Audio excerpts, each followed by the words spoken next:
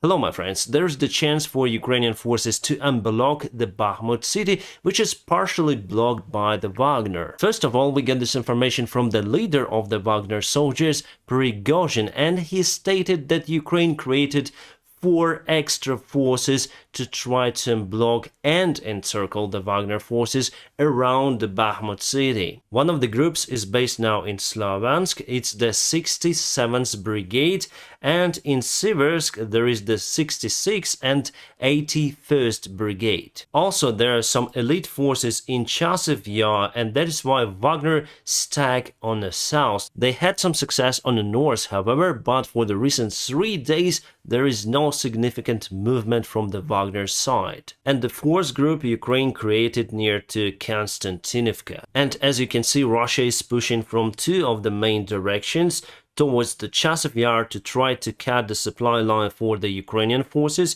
towards the Bakhmut city, and also they're pushing from Soledar and Krasnohora. And Prygozhyn said that Ukrainian forces may cut Wagners out from the Bakhmut by some sort of the counterattack from Siversk, Sloviansk, and also Chasiv Yar directly to the south, and also Konstantinivka from this direction. Depends on how successful those attacks will be, they might create some sort of the pie, as Prygozhyn said. Wagners may partially encircle the Bakhmut city, but Ukrainian forces may create the outer ring over here if this attack would be successful from 2 of those directions, and lock the Wagner army out from the supplies. Again, we have this information for now from the enemy side, and I think Prygozhyn wants to get more reinforcements and ammunition supplies, and also he said that Russia should enter this war out here in the Bakhmut area, because for now there's just a Wagner group that is unable to secure their flanks. So the variant with this large encirclement is not unreal. And there was the major meeting today inside the Russian army, and Prygozhyn sent the representative from the Wagner army, but Prygozhyn's guy was just pulled out from the meeting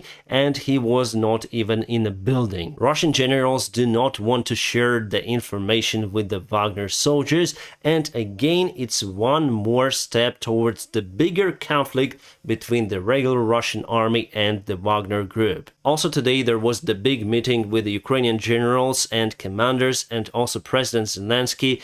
President Zelensky asked our generals whether it's possible to hold in Bakhmut, and the Ukrainian generals said that they will hold the city. So now there is no question whether the Ukrainian army would withdraw from the Bakhmut city or not.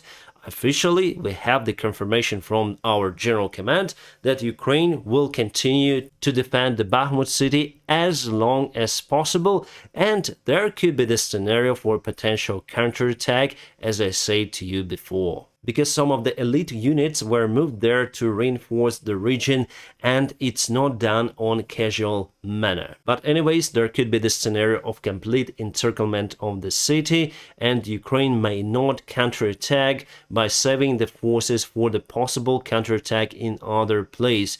Unfortunately, we don't have enough weapons and heavy tanks to attack massively in that case, but still we have some equipment to withstand the Bakhmut city for some time. The main idea here for Ukraine is to win the time before the main weaponry comes to our army. And it should be at late April or May. And Prygozhyn also said if they fail this operation in Bakhmut, although the war will be finished for the Russian Federation, because as the spring Ukrainian army will unlock the resources and go on a massive counterattack with a total frontline collapse for the Russian Federation and self-proclaimed LPR and DPR republics. So it could be the real decisive moment for Ukraine in this war. If we lose Bakhmut, we just lose one of the cities. If we win this battle and counterattack and encircle the Wagner forces, my friends, there's the huge chance for us to go to Donetsk and Luhansk in that case. And let's go to the Bakhmut city itself and to the timeline, you'll see that for today there was no big changes out there, and just forget about this part of the city. It's total loss for Ukrainian forces. It's already in a gray area, and soon Wagner forces will take control over this part, just a matter of time.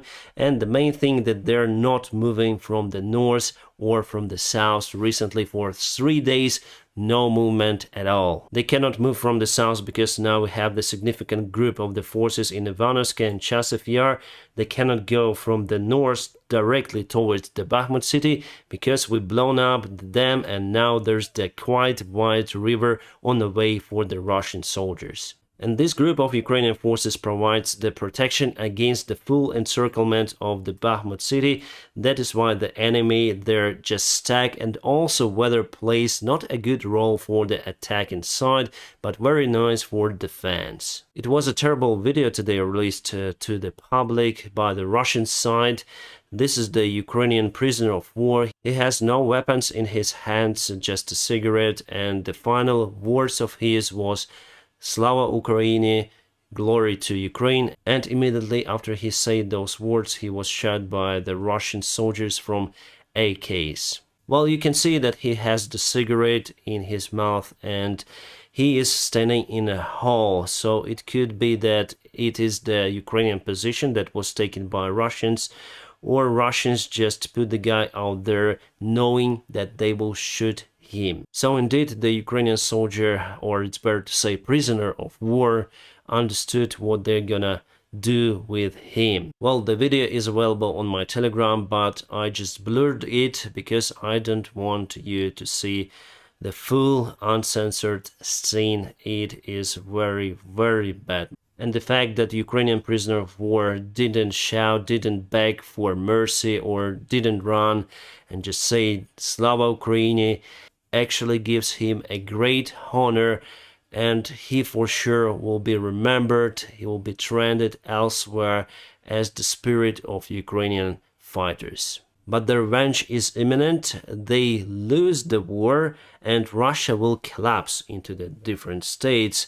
They will drink their own blood in civil war. That is what I expect to be happen in the Russian Federation, or with the Russian Federation. And I might say that I want them to feel what we feel in Ukraine. There should be revenge after those cases. There should be prosecutions and penalties, not just to the Russian command, leadership or politicians. There should be also punishment for those who conduct these war crimes. Oh my god, Ukraine is bombing Donbass, and this should be the part of the rocket.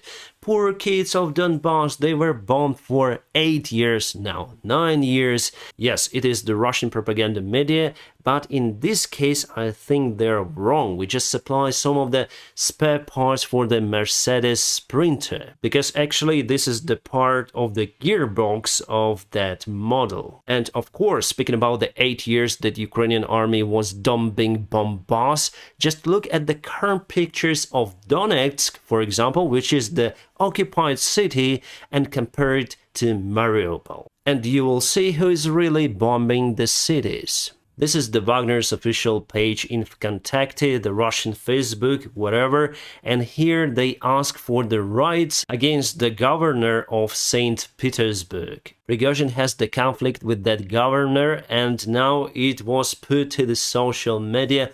Wagner said, no, those are traitors, we need to get rid of those politicians, but the main thing here that the governor is actually Putin's friend, and he represents the Putin's party in the parliament as well. I see more and more cracks in Russian elite, and soon I'll probably film the video how Russia might collapse. According to Financial Times, Russia afraid to get the ballistic missiles from Iranian side, because in that case United States might supply ATACMS rockets for Ukrainian army, which are proven to be very precise against any kind of the target and may fly for 300 kilometers away. In that case, Crimea is doomed for Russia. They might lose every military base in Crimea in that case. And here we see one more sign that Russian army is in despair, because they sent T-62 tanks to the front lines, as well as the old-school BTRs 50s that were designed in 50s. Well, I told you about the Leopard 1 tank that is not really nice against the T-72 modern versions, but against T-62 tank, that is great. And since Russia lost half of their modern tanks, Leopard 1 may play a great role in this conflict, especially when you use it in a smart way for the maximum range distances. It may penetrate quite severe armor, especially then it lacks in explosive reaction armor like in T-62. Some of those tanks were modernized to have that armor, but that particular one is outdated. Contact 5 that Russia uses even for T-72 tank is unable to hold the modern day shells. My friends, now press the like to this video, and also if you want to support my job, there are some of the links in the video description just below for you to do so. Thank you so much for your support and your help. I wish you all a peaceful sky wherever you are, and have a great time.